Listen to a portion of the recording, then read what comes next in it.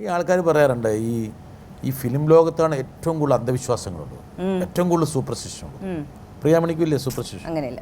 ഇല്ല, ഒരു അന്ധവിശ്വാസം ഇല്ല. ഇപ്പം നടന്നു പോകുന്ന സമയത്ത് ഒരു പൂച്ച അങ്ങോട്ട് വിലങ്ങം ചാടിയാലോ? ഞാൻ പൂച്ച പിടിക്കും. പട്ടിയെ പിടിക്കുന്ന ഞാൻ കണ്ടിട്ടുണ്ട്, പൂച്ചയെ പിടിക്കുന്നുണ്ട് എന്ന് കറിയില്ല. ഞാൻ പൂച്ച ഇല്ലല്ലോ, പൂച്ചയില്ല. ഒരു അന്ധവിശ്വാസവും ഇല്ല. വിശ്വാസമുണ്ട്. വിശ്വാസമുണ്ട്. യെസ്. ഇതാ പട്ടിയെ പിടിക്കുന്ന ഞാൻ കാണിച്ചു തരാൻ വേണ്ടല്ലേ.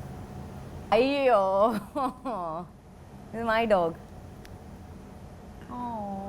ആ പട്ടി എന്ത് സാധുവാണെന്ന് ഞാൻ വിചാരിക്കുകയാണ്. സാധുവല്ല, എപ്പോഴും അച്ഛനും പറയും ഈ പട്ടിയെ പാവം മുദ്രവയ്ക്കല്ലേ, ഈ ടോർച്ചറർ, പ്രിയാതെ ടോർച്ചറർ എന്ന് വിളിക്കും അച്ഛൻ. ആ പട്ടിയുടെ അവസ്ഥ ഒരു കട്ടപ്പകയാണല്ലേ. പാവം. ആ പട്ടിക്ക് ഒരു പരാതി കൊടുക്കാൻ പറ്റുമായിരുന്നെങ്കിൽ ഹറാസ്മെന്റിന് വേണേ പരാതി കൊടുത്തേ. ഇല്ലല്ല, അങ്ങനെ ഞാനൊന്നും ഹറാസ് ചെയ്യില്ല. ഹീസ് എ വെരി സ്വീറ്റ് ഗായ്. അപ്പോൾ വേണമെന്നിട്ട് അങ്ങനെ ഹീൽ കം ഫോർ ഇങ്ങനെ കൂടെ കളിക്കാൻ, ഇങ്ങനെ ഇതൊക്കെ.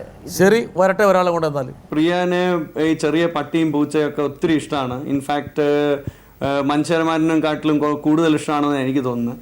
ആൻഡ് എനിക്കിനിയും ഓർമ്മയുണ്ട്, ഓൾമോസ്റ്റ് 20 ഇയേഴ്സിൻ്റെ മുമ്പിൽ ഒരു ചെറിയ ഇൻസിഡൻറ്റ് ഉണ്ടായിരുന്നു. വേറെ ബാംഗ്ലൂരിൽ അടുപ്പിച്ച് 3-4 ദിവസം മഴ വന്നായിരുന്നു. ആൻഡ് ഞങ്ങളുടെ വീട്ടിൻ്റെ മുമ്പിൽ വെള്ളം ഒത്തിരി കെട്ടി നിന്ന് ഈ റോഡിലിരിക്കുന്ന പട്ടിയൊക്കെ അതിൽ ഡേ ആൻഡ് നൈറ്റ് ഉണ്ടായിരുന്നു. ആൻഡ് പ്രിയ ഒരു ദിവസം ഉറങ്ങിയിട്ട് പിന്നെ എണീറ്റ റോട്ടിൽ പോയിട്ട് ഈ പട്ടികളൊക്കെ വീട്ടിലോട്ട് എടുത്തുകൊണ്ട് വന്നു, കൂട്ടിക്കൊണ്ട് വന്നു.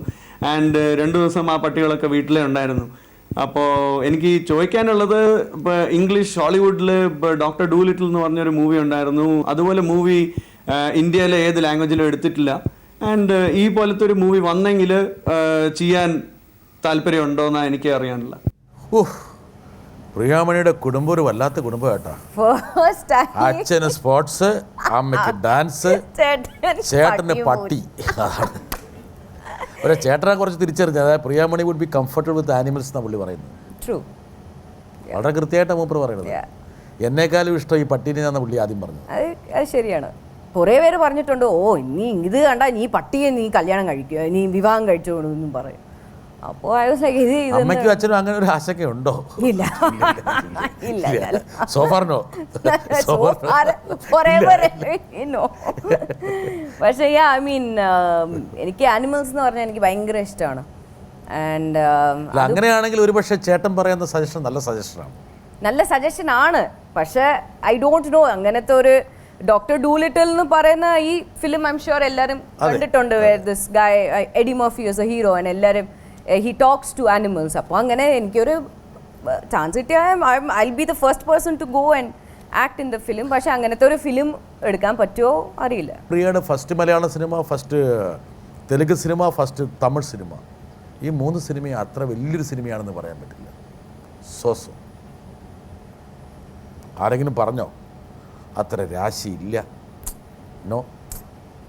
എനിക്ക് ആ ടൈമിൽ എനിക്ക് സ്വന്തമായിട്ട് തോന്നി, അയ്യോ ഞാൻ എന്തെങ്കിലും is something wrong with me or സിനിമയുടെ ഇതാണോ അല്ലെ എന്താണോ കുഴപ്പമെന്നൊന്നും ആരും അറിയില്ലായിരുന്നു. ബിക്കോസ് ഞാൻ ചെയ്യുന്ന എല്ലാ ഫിലിമും ഒന്ന് ഡിലേ ആയിരുന്നു. Second thing it Vasan doing well. അപ്പോൾ റെസ്പോൺസ് വന്നിട്ട് കുറച്ച് ഒരു ലൂക്ക് വാം റെസ്പോൺസ് ആയിരുന്നു. അത്ര വലിയൊരു ആഹാ ഓഹോന്ന് ഇപ്പോഴത്തെ ഇതൊന്നും ഇല്ലായിരുന്നു.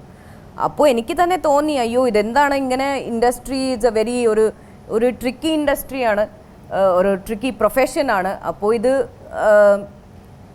Should I continue, shouldn't I continue എന്നൊരു അവസ്ഥ ആയിരുന്നു ആ ടൈമിൽ. ഉണ്ടായിരുന്നു ഒരു ക്വസ്റ്റ്യൻ മാർക്ക് ആയിരുന്നു, അത് വേണോ, should I continue or not. പക്ഷേ അത് കഴിഞ്ഞിട്ട് എനിക്ക് പരുത്തിവീരൻ കിട്ടി. So after that rest as the says history. അതിനു മുമ്പ് ബാലുമഹേന്ദ്രയുടെ സിനിമ വന്നില്ലേ? അത് ഭാരതിരാജ സാറിൻ്റെ ഫിലിം കഴിഞ്ഞിട്ട് ബാലുമഹേന്ദ്ര. യെസ്, അത് മാത്ര ഒരു കമേഴ്ഷ്യൽ ഹിറ്റും പറയാൻ പറ്റില്ല. പക്ഷെ ധനുഷായിരുന്നു. ഞാൻ വിചാരിച്ചു ധനുഷ് അവിടെ ഒടിഞ്ഞു പോകുന്നു. ഇത് ആക്ച്വലി കുറച്ച് പാട് വിട്ടു. ഇല്ല, ആക്ച്വലി ആ ടൈമില് ബോത്ത് ഓഫ് us were രണ്ടുപേരും ഭയങ്കര ഒരു കോമ്പറ്റീഷൻ ആയിരുന്നു ആരാണ്. പക്ഷെ Dhanush hands down Dhanush is the winner. പുള്ളി ഭയങ്കര തിന്നായിരുന്നു. അതുകൊണ്ടാണ് ഞാൻ പറഞ്ഞു ആ സാഹസമൊക്കെ കാണിച്ചപ്പോൾ ധനുഷ് ഒടിഞ്ഞു പോകും. അത് ആക്ച്വലി ബാലു സാറാണ് പറഞ്ഞത്, പ്രിയ ഇത് ചെയ്യ്, പോയി ചാടിക്കോ, ഇതൊക്കെ ചെയ്യുന്ന. അപ്പോൾ പക്ഷെ വൺ തിങ് ഈസ് ധനുഷ് ഭയങ്കര ഒരു സ്പോർട്ടീവ് ആയിരുന്നു ആ ടൈമിൽ. ബിക്കോസ് പുള്ളി അപ്പോൾ ഈ ഷോൾഡർ പ്രോബ്ലം എന്തൊക്കെയോ ഉണ്ടായിരുന്നു, ഓരോ സർജറി ഒക്കെ കഴിഞ്ഞിട്ട് he had just come out of his. അങ്ങനെയുള്ള ധനുഷിന്റെ മുകളിലേക്കാണ് പാഞ്ഞു കയറിയത്. അതൊക്കെ കഴിഞ്ഞിട്ടാണ്, സർജറി ഒക്കെ കഴിഞ്ഞിട്ട് he was recovering.